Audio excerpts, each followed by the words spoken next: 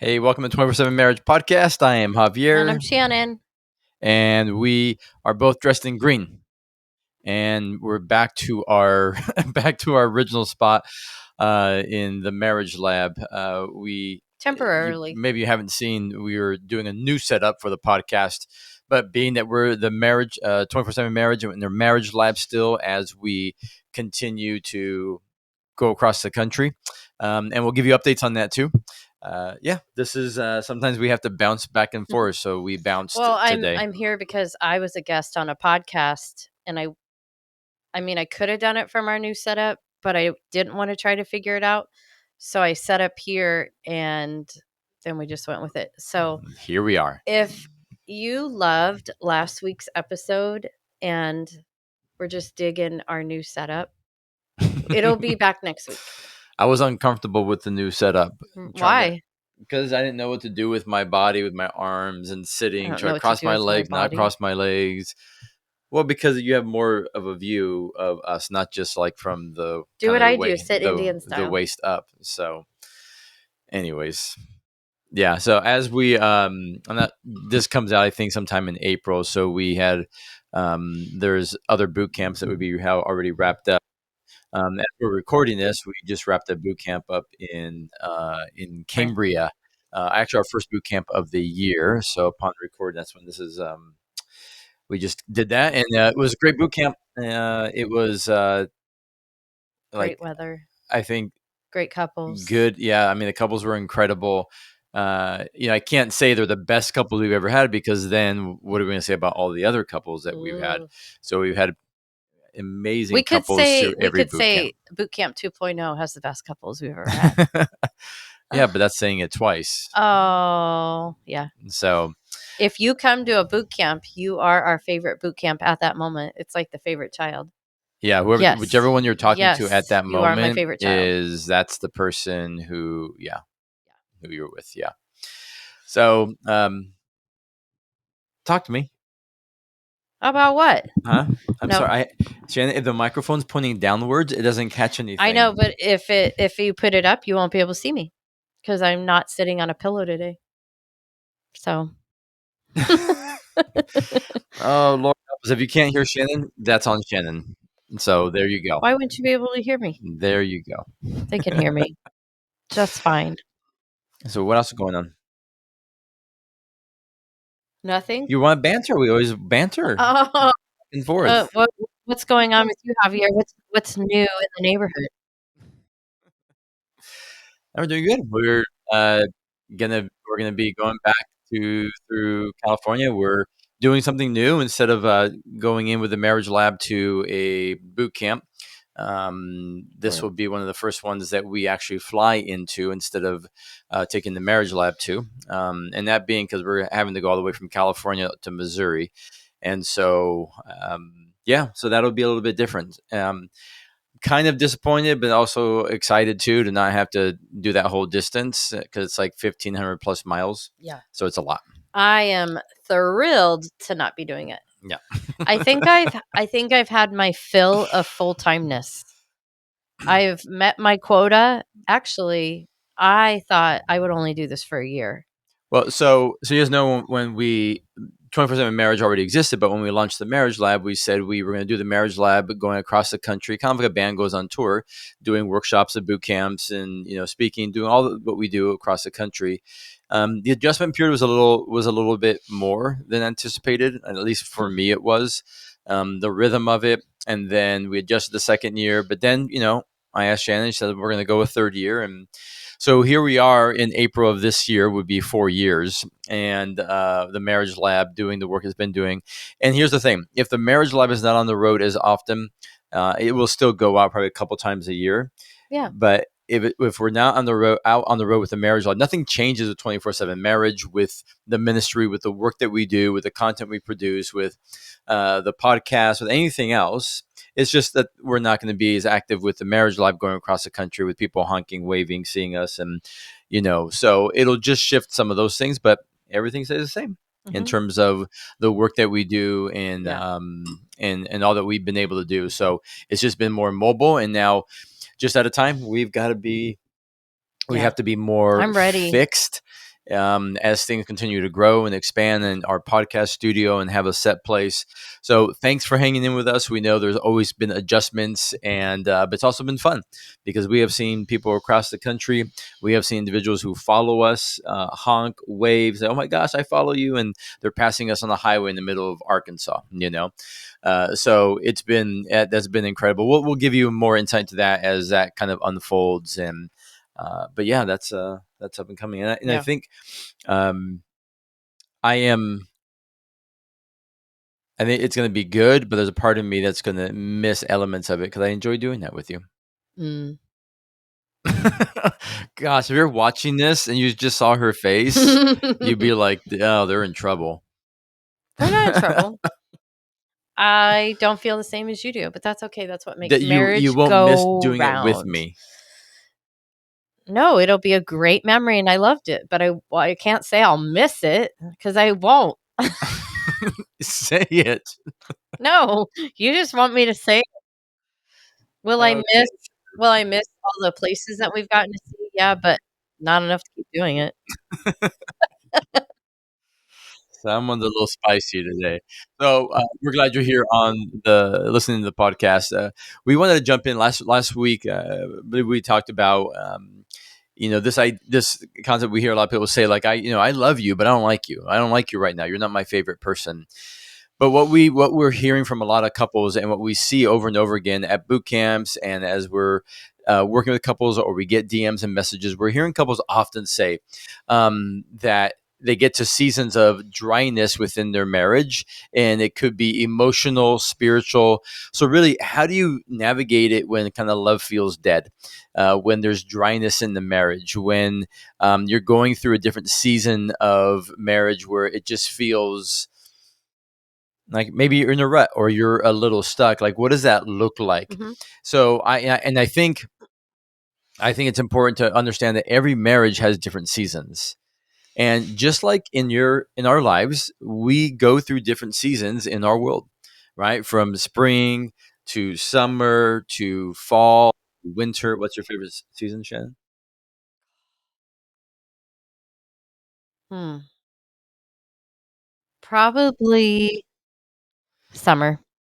Yeah, see, a lot of people say summer, and mine really is spring because I love the birthing of something new. The flowers are coming Why out. does Like everything have to be so deep for you? Why can't it just everything be? has meaning. Oh Lord. No, Okay, summer's great. I love wait. long summer What's your nights. favorite food? I want to see if there's a deep meaning. What name your favorite food off the top of your head? I don't really have a favorite food. I Oh, here we go. I foods that are spicy and foods that have it's not deep meaning. It's just like I don't necessarily have like a favorite. Do you have a favorite tree? Do you have a favorite bird? Yeah, I have a favorite tree. What's the tree? It's a redwood Why tree. is Oh wait, here comes a meaning It's story. grandeur, it's Oh deep, and Lord. actually their roots, they have to grow in groves typically because they intertangle their roots with other trees to create an incredible support system around That's them. kind of a cool So illustration of there you community. go. That's community, and that's what we're supposed to be doing. So I just want you to be able to say something without it having everything has meaning. Everything has meaning to it, Shannon. You can't change that. What's your favorite shirt in your closet? Well, there's a reason why most of my shirts have meanings on them. I'm not today, Not but meanings, they have they words or have sayings sayings um because they mean something. because they mean something to me. So we know that every marriage goes through different seasons, and spring's renewal and summer you could say is about passion and it's ongoing and it's hot. Fall is change, and winter can be that cold, dry, sometimes distant season that you can feel within your marriage. So it doesn't mean your marriage is doomed. It doesn't mean that your marriage is over. It doesn't mean that you guys are in a bad spot. It just means when you're having these moments where it feels a little dry, if you will, spiritually or emotionally, you're not connecting. It's more about where do you need to pay attention to? Like what areas maybe you've gotten too busy and you're not paying attention to an area that you need to. And I think that's an important thing. And we can feel it, right? Emotionally disconnected, spiritually disconnected, lack of physical attention. We get a little bit more apathetic. Maybe we don't go on date nights. Maybe we're not just spending as much time as we used to spend with one another. And I think that the enemy love us to think that this is a permanent thing, that you're now stuck, and this is the truth of where you're at. Well, it's called Have a season for a reason. Yeah. And so, I mean, we know that seasons shift and change. And then when you've gone through one season, here comes the next, and there's always going through the season. There's always preparing for the next season. But I mean, I think we've been through that, right? Seasons of what season would you say we're in right now? Oh gosh, who knows? We're Fall? no, Javier. It's We fall going into winter? It feels like plant a rototiller going across the soil right now. That's what it feels like. Feels like the ground is being churned up. Well, it depends on what you're planting. I mean, that could be various times, but if a lot of crops come in the summer, then that means, in the spring there's new renewal. So And it's we're actually in a podcast we're going to do so we're in winter. about spring cleaning. Like, what do you do in your marriage? Take a look at your marriage. And like, what do you need to be removed? What do you need to spring clean? So fall into winter Yeah. because of change.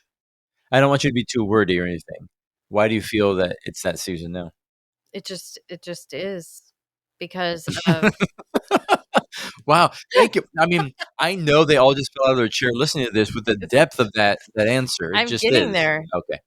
Uh because of the season that we're going into with a lot of transitional changes, personal changes, family changes, and uh, the birth of a lot of new curriculum coming out of 24/7. So there's a there's just there'll there'll be a great harvest, but we're not there yet.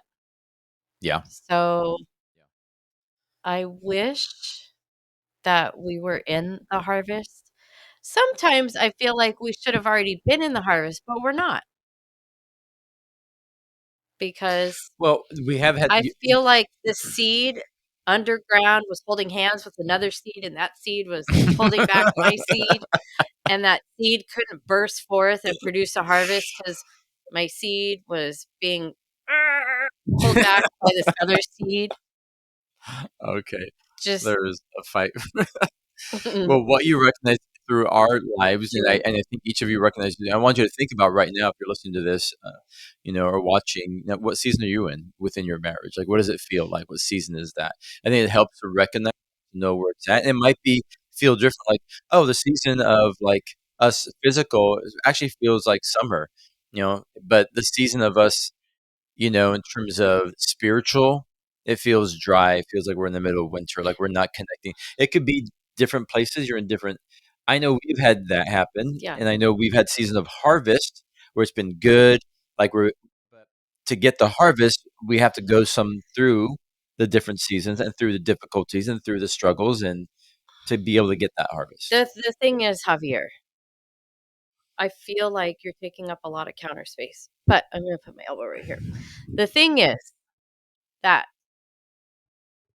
we cannot base decisions for our marriage on how we feel. That's a really bad idea. Correct. Yes, you can feel one way, but we don't make decisions based on it. And here's what I mean. A lot of marriages dissolve in the planting season, the winter season, in the deep soil seasons because they don't see the fruit of spring and summer coming and they bail. When that seed needed to be watered, it needed to be nurtured, it needed to be tilled, and people check out. People, um, they think, "Well, if this is how marriage feels, I'm not getting what I need. This has just been" maybe the season's even longer than a typical season. Maybe it goes on for quite a long time. So, the enemy convinces you that this season isn't gonna change. This is just how it's gonna be. You're always gonna feel buried. You're always gonna feel beneath. There's never a spring or a summer coming. And that's a lie of the enemy, but we can't make decisions based on how we feel. We can recognize our feelings, but we don't wanna make I'm not saying not make decisions based on how you I know feel, but you didn't say that. but you have to understand the season you're in and respond to that. right? Yes. Respond to that. And so, but it's true. If they feel a certain way, they have to be able to address that. Why are they feeling that? I'm feeling disconnected. Well, why? Well, I haven't shown up. I've been too busy. I've been more focused on my phone. Like they have to unpack that and peel away the layers of that to get to the true reason of why they are But where let's they're at. let's be honest. How many people are gonna really be at a place where they're gonna be able to self-evaluate? But they have to. I mean, in order for you to Actually, they don't have to. well, no, you don't have to, but then you can't complain about what you're permitting in your I marriage. understand, but So that self-evaluation, that just doesn't come because you're having a really tough hard time, tough season, or marriage really you feel like a drought. You're not like, "Gosh, what could I possibly do?" Like, that comes from a very evolved type of person who are you telling them they're not evolved? no, I was saying that you have to this self-actualization, self-realization is somebody who's uh, walking and abiding in the Lord, really listening to the I Holy don't Spirit, want people to have paying self-realization. I want them to be in tune with what God is speaking that's to what I'm them and saying. clear. You're But having you just said self-realization. well, No, no, having a no. realization about what is actually going on and being able to listen to the Holy Spirit to hear what's going on. Pick your eyes up and actually be socially aware of what's happening in your home with your own wife and your children. I'm not sure I'm following. Are you saying people don't do that? It's true No, that they don't do that. okay, no, you're absolutely right. You're true. They don't always do that. And the part of why we're doing the podcast is so that way they understand. Sorry, Sorry. a distraction. Um, so that people understand the fact. Sorry, there's a joy It's of like being in the. it's like the it's like driving down the highway and there's like a teenager sticking his hand out the school It's bus a window joy of going being in the marriage lab. So as smoking we're recording, there is a person next to us hanging their head out the window of an RV, out the chain smoking. screen, smoking is blowing the smoke this way to us, like hanging outside the window. So it's fantastic. Um, New Yorkers. Um, part of the reason we want to do this is so that people do pause and Yeah. recognize. That's why I asked, what season do you think you're in right now? People, you're right. People don't do that. They don't stop for a moment in their marriage and say, okay, where are we at right now? What is happening? How did we arrive to where we're at? So if we're feeling this, what is going on? What's taken place? What have we neglected? Where have we not spent time? What unresolved hurts are there? That's what we're asking you to do, because so many couples we talk to, or they come to a boot camp and they're feeling probably this, what we're talking about. Oh, for sure. And but they've not taken time to stop, because all they're seeing is what's not working, what's not good. They're seeing their spouse as the problem or the issue, Yes. and so they're not getting to a place of stopping, saying, okay, what brought us here? Like we both have ownership of this. Well, that's the most How did we important. Yeah, arrive and here? that's the I feel like one of the most important things you say at the beginning of a boot camp, and you say it within the first 5 minutes of your opening session is you brought your marriage to where it's at today. Yeah, you brought it here. You Yeah, brought it here. yeah, wherever that's at, you brought it there. And I love that statement because you have to accept full ownership. It's not like, well, like me blaming the other seed in the ground. You're the other seed, like holding me back. Is that It's what like, that was? I was the other seed holding you back. of course you were, Javier. Oh, if anybody's the seed that's weighing us, oh yeah, it's probably me. Of course it is. So it's like, as much as you want to be like, well, our marriage is here because my spouse, it's like, no, no, no, no. Full ownership, take full responsibility. You both brought your marriage here, like Yeah, where it is today. You brought it here. yeah, And that's a great place to start because it's either you can keep your head in the sand or you can have full yeah, awareness to be like, yeah, oh, shoot, yeah. I have to do something or nothing will change if nothing will change. No, what is that? Nothing changes Just if if nothing nothing changes. changes. Yeah. Yeah, nothing changes if nothing changes. So people bring their marriages to the place they're at. So if it's a season for you, you have to recognize how'd you get there. Was it neglect? And neglect over time. Marriages again don't die overnight. It fades over time. I often give an illustration to people. It's like, if I love camping and it's cold out and I want to start a fire, that's great that I start the fire. But if I don't keep that fire tended, if I don't keep stoking that fire, if I don't keep adding wood to it, It'll the go out. fire is going to go out. It's not going to provide the safety, the warmth, the heat that I need. It's going to go out. It's the same thing. If you don't stoke the fire in your relationship, if you neglect, if you don't pay attention, it's going to go out. It's going to fade. Like the other person's going to feel disconnected and emotionally disconnected. And that's one thing that someone can leave a marriage and it's very painful and very difficult. But for a spouse to be in the marriage and be emotionally abandoned and to be in this place of Devastating. constant dryness and disconnection is devastating to a spouse. So maybe there's unresolved hurt or resentment. Big thing always is busyness and distraction, work, kids, all that kind of stuff, right? Attention to your cell phone. Then your marriage takes a back seat. And for some, it's just a lack of interest in spiritual growth. Like you don't pray together. You're not maybe sharing scripture together or a devotion, whatever it may be. As simple as just praying. I mean, that alone can can navigate things. I'm sorry, can radically shift things within your marriage. Um, and you already said it, but like expecting that feelings will drive the relationship. And it's not a feeling, it's a commitment. Mhm. That's not just feelings. We're just going to coast on the feelings that we have. Well, what do you do when you're not feeling great? Well, When you're not because feeling quote unquote exactly, happy? because you're gonna wake up one day and not like that person Yeah. laying next to you, Yeah. and you don't make a decision to leave the marriage because you had a bad day, a bad week, even a bad month, even a bad season, Yep. because we made a commitment. So we respond to our feelings with what is driving that covenant commitment in the Yeah. beginning. Yeah. And that means some really hard truths have to happen. And that is, I am going to have to lay down my life. I am going to have to sacrifice. I have to take personal responsibility and look at my marriage and my spouse where we're at and figure out how we're gonna grow, Yeah. how we're gonna evolve, Yeah. how we're gonna get to a spring and summer season. Yeah. Because it's not just gonna happen with wishful thinking. Does like you Yeah. say, devotion and desire are 2 different things. Yep. You're not just because you desire all day long, like, "Gosh, I really wanna have a better marriage, or really wanna have a thriving marriage," but you don't do a damn thing to get yourself to there. It's the devotion part that people miss. Like, so Yeah. I desire it, but you have to be devoted to it, committed to be able to walk out the process, the steps that are needed to have a marriage or whatever it is you're working on. But in this case, a marriage that is flourishing, not perfect, not without its various seasons.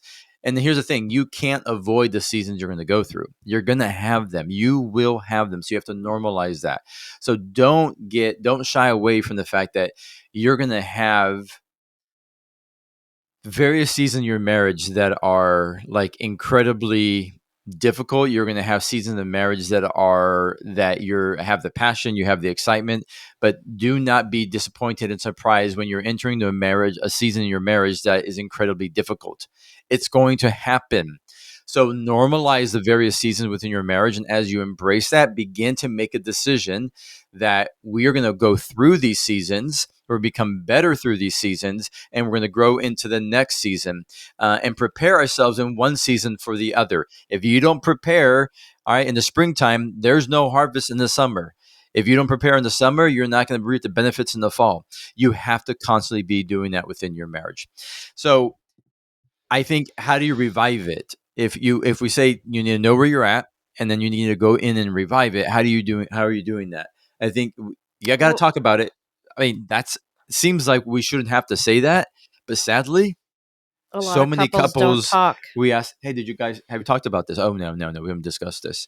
I mean, I just spoke to someone the other day and it said, like, these are the things you constantly have to go to your spouse and talk about to be able to ensure that you're staying connected. You don't grow also bitter or resentful, but we constantly have to be talking to our spouse about the things that come up so that we can create health and a space to be able to have those conversations. Yeah. So acknowledge, talk about it. Have a grace-filled conversation. When I say grace-filled, it means, grace covers, grace transforms. It helps you see the other person really as God sees them. And you really have to ask one another, hey, how are we really doing? Like, what is missing? What needs to shift or change? What have we brought into our marriage that if we don't remove it, it's going to choke out this next season? Mm. It's going to choke our marriage. What is that? And you have to ask these difficult questions. At the end of boot camp, we give men questions to ask their wife when they go on a date night. And, one of those questions is asking, like, what are ways that I have not shown up in my marriage recently, but I used to? What are those things? Like, it sounds like a simple question, but it's not one that we're normally going to ask because we often can let things slide. So you have to have those conversations, understand what have we let kind of like go to the wayside? Mm-hmm. What have we kind of let Well, die? I think you have to practically look at when tending to a garden or whatever it is that you've planted. The things that you do to take care of it in every season are action words. They're actions. So there are things that you have to do that are action items. And Dr. John Deloney says behavior is a language. So you can talk all day long about I'm going to start doing this, and I need to be better at that, and I need to learn what it means to serve you every day, and I am going to water our marriage this way, and I'm going to tend to the soil this way. But if you don't practically walk them out every day and actually do them, nothing will Yeah. change. Yeah. You will be in the same exact season a year from now. And you will grow bitter and frustrated. And unfortunately, what we see happen is contempt starts to come in. Yeah. So now, instead of wanting to work and fix the season of marriage you're in, you've decided that your spouse is 100% responsible for the season you're in, and that they've done all the damage. Yep. They're the reason the Yep. seed isn't growing. Yeah. They're the reason the soil's dry and we're in a drought. Yeah. And that's a really, it's not a great place to be, because it's one of the indicators that you're headed for divorce, that's on your radar. Yeah. When honestly, I mean, we've encountered hundreds and hundreds and hundreds of marriages, all different shapes and sizes, young and old. And you know what? Marriage comes in different shapes. Does. Sizes. You know what I mean? And most marriages can be saved, can be salvaged. No, I think Most marriages can. Yes. There is a very, very small percent of marriages that require like these two people. This is no longer going to work for some very extreme reasons. Yeah. But for the most part, everything that we've encountered and people have dissolved their marriages, I was like, that totally could have been saved. A willingness to rebuild, to restore, to redeem. I mean, and I think that's the important thing here for us to understand is that we have to move towards restoration, towards redeeming things, and I think that is absolutely true. That it can be rekindled. That it can come back to a place of life again. And so I would say, like, what does that actually look like for couples? Like, I think it's daily intentional acts of moving towards one another, selfless acts to begin to rebuild and begin to engage again.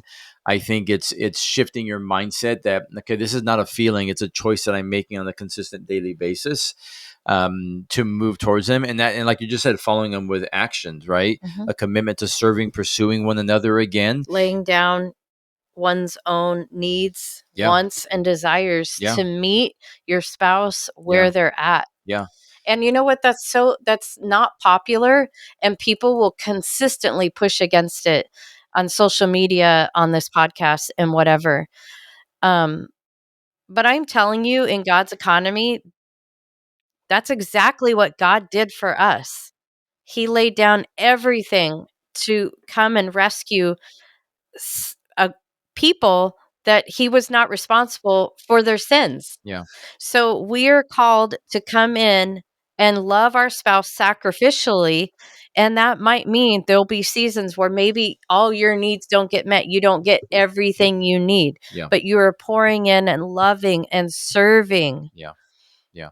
that daughter or son of the Most High King. I think you have to reset. So as we wrap this podcast up, I want you to pause for a moment. I want you to think about, okay, what season are we in? What brought us to that point? Because you brought your marriage there. And what needs to shift? The daily acts of intentionality, of pursuit. It could be small text and love notes you send to one another, reading the Bible together, praying together, commit again to serving and pursuing, to investing, to rekindling, date nights, whatever it may be. Like, you have to get back to a place. I want to Yes. challenge you to do something this week, one intentional act of love, of connection towards your spouse. And it may surprise them, but do one thing that's different, one thing that you haven't done before, or maybe that you used to do, Yeah. right? Remember when you were dating, Also, the things you used to do and no longer do, like, come back to that and commit every day to pray for your spouse. Also, truth and transparency. Without truth, you can't build a marriage. You can't build Yeah. any kind of marriage. So there needs to be total transparency, and there needs to be faithfulness and truth. Yeah. So if you're withholding truths, even if they were in your past, you need to share those with your spouse, because you can't move forward. You're building on a shaky foundation, and nothing will grow. Yeah. So, I mean, this is part of, like, we're going to do something here and may, just a check up on your marriage. This is part of it. All these areas you need to check in on. I'll leave you with this in Galatians 6:9. It says, "Let us not grow weary in doing good, for at the proper time we'll reap a harvest if we do not give up." Let's not grow tired in doing what is right and what is good. And that's your responsibility. You can't change your spouse. You're a terrible Holy Spirit. You have a responsibility to do the good, right? To not grow weary in doing the good that you are called to do, in pursuit and loving and laying down yourself for your spouse. And then you will reap harvest if you don't give up. And some say, well, my wife's not changing or my husband's not changing. Well, the harvest you might see may not be sometimes on the side of heaven. I want it to be, and I hope that it will be, and I believe it can be. But oftentimes, at the end of the day, we're still called to do always the right thing in pursuit of one another. So, love and appreciate each and every one of you. Thanks for being part of this 24/7 marriage family. Always remember that in marriage, you don't have to. You get to. Have an incredible week. We'll talk soon. For listening to the 24/7 Marriage Podcast. Help us expand our reach by rating and leaving us a review on iTunes. Make sure to hit subscribe so you don't miss an episode. For more information on the work we do and how to support 24/7 Marriage, head on over to 247marriage.org and click on Partner with Us. Until next week, remember, in marriage you don't have to, you get to.